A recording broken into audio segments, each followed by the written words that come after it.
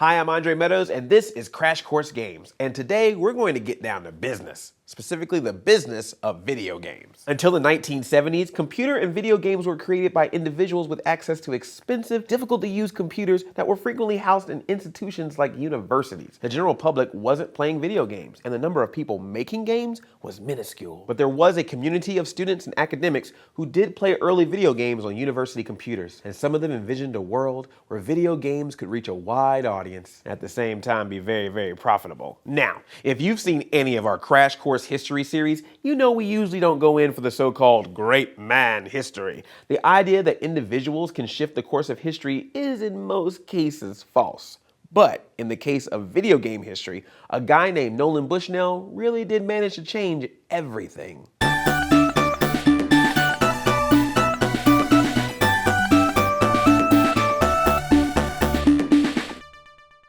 Nolan Bushnell got interested in computers in the 1960s while he was a student at the University of Utah. The school was an important center of computer graphics research at the time, and while Bushnell was there, he came across a PDP-1 that played Steve Slug Russell's Space War!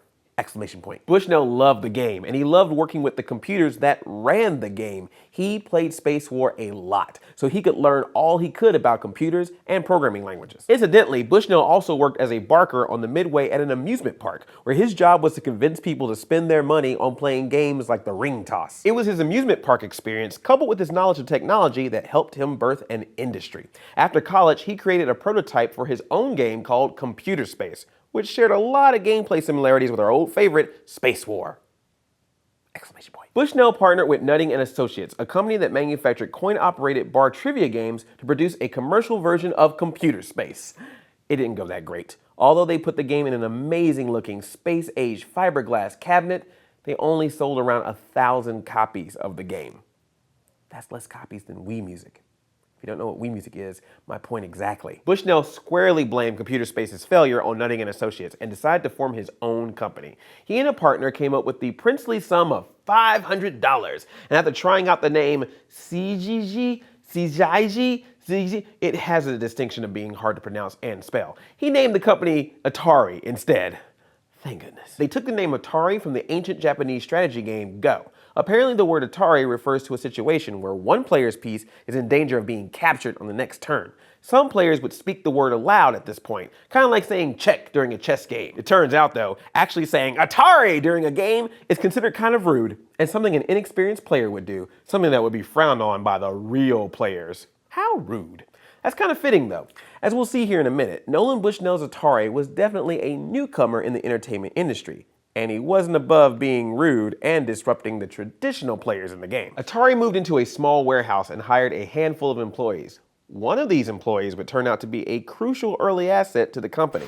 Let's go to the thought bubble. Al Alcorn was an early hire. He was a computer scientist and mechanical engineer, and Bushnell tasked him with creating Atari's first game. While Bushnell was enthusiastic about computers and electronics, he needed someone with more engineering experience to design the games. Bushnell assigned Alcorn to create a table tennis simulation, and in a week and a half, Alcorn delivered a hand-wired version of the game that became Pong. The game was rough and incomplete, and seemingly built with stuff from around the house. The on-screen white bars that represented players' paddles were placeholders, intended to be replaced with fancy graphics that looked like human players. The cabinet was cobbled together out of spare parts, with an off-the-shelf TV for a monitor and a bread pan to collect the quarters. Bushnell, foreshadowing a habit of rushing products to market, thought all those half measures were just fine, and they installed the game in a local bar for playtesting. It was an immediate success. According to video game historian David Ellis, the bar started attracting patrons who only wanted to play Pong. The game was so popular that at one point the prototype machine stopped working because there were too many quarters in the bread pan. Atari moved Pong into mass production,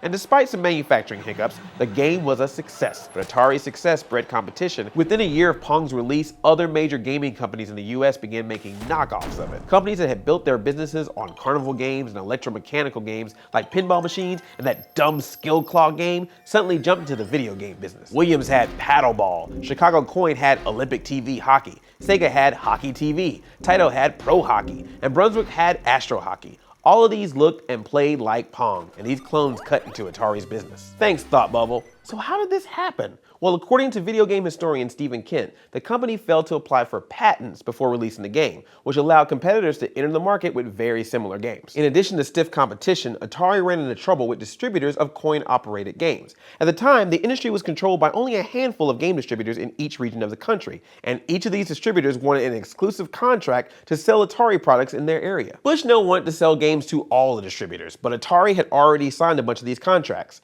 So in a move that some might see as unethical, he hired his neighbor to run a new company, Key Games, which produced clones of Atari games with different names. This allowed Bushnell to sell Atari game machines to one distributor and Key Games to another, increasing sales without violating his contracts. Eventually, this deception was found out. But luckily, by that time, Atari's games were so popular and generated so much money for distributors that they overlooked the contract violations. This was the beginning of the end for the exclusive distribution contract, and it paved the way for arcade games to be national hits rather than regional phenomena. For much of the 1970s, Atari continued to produce hit after hit for the coin-operated game industry. In 1974, they created Gotcha, an early maze game like Pac-Man. And Atari struck gold in 1976 with a variant of Pong called Breakout. Okay, it's time to level up!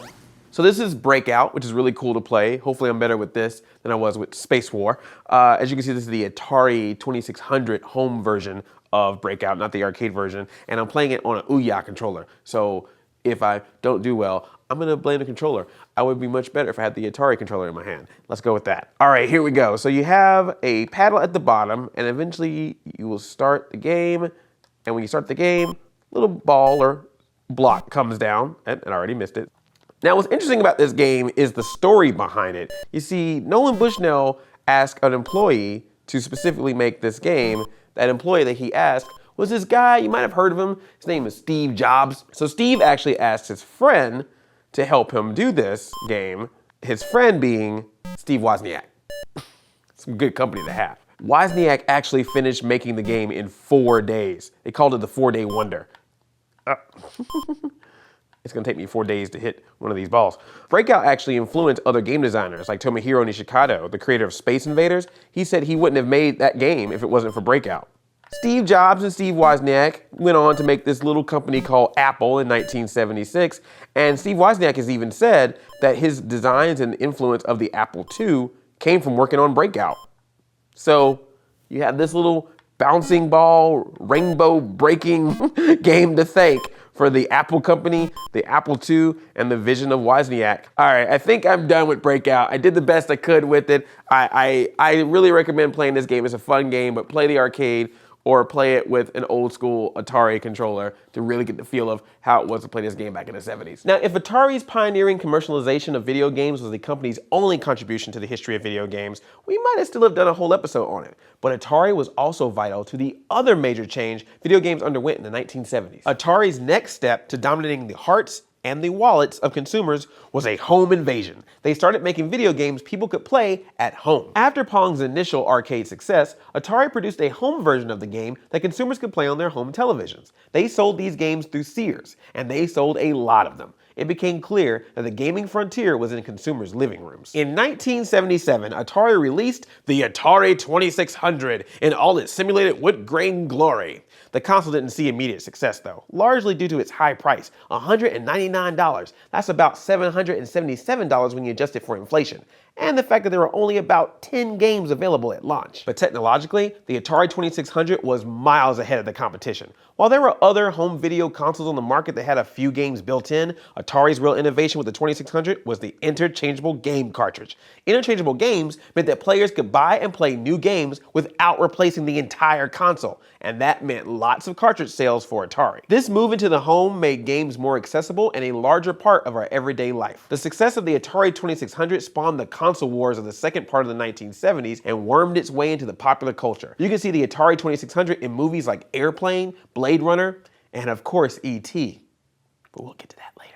The company would continue to dominate the industry throughout the 70s and into the 80s, creating classics like Centipede, Tempest, and Pitfall until the great video game crash of the 1980s. Atari isn't dead. The company continues on today and still produces games, but Nolan Bushnell is no longer involved, and it isn't anything like the innovative, disruptive, and for a while, dominant force that it once was. Thanks for watching. I'll see you next week. And just one more time, Atari! Crash Course Games is filmed in the Chad and Stacy Emighold studio in Indianapolis, Indiana, and it's made with the help of all these nice people. If you'd like to keep Crash Course free for everyone forever, you can support the series at Patreon, a crowdfunding platform that allows you to support the content you love. Speaking of Patreon, we'd like to thank all our patrons in general, and we'd like to specifically thank our High Chancellor of Knowledge, Morgan Lietzop, and our Vice Principal, Michael Hunt. Thank you for your support.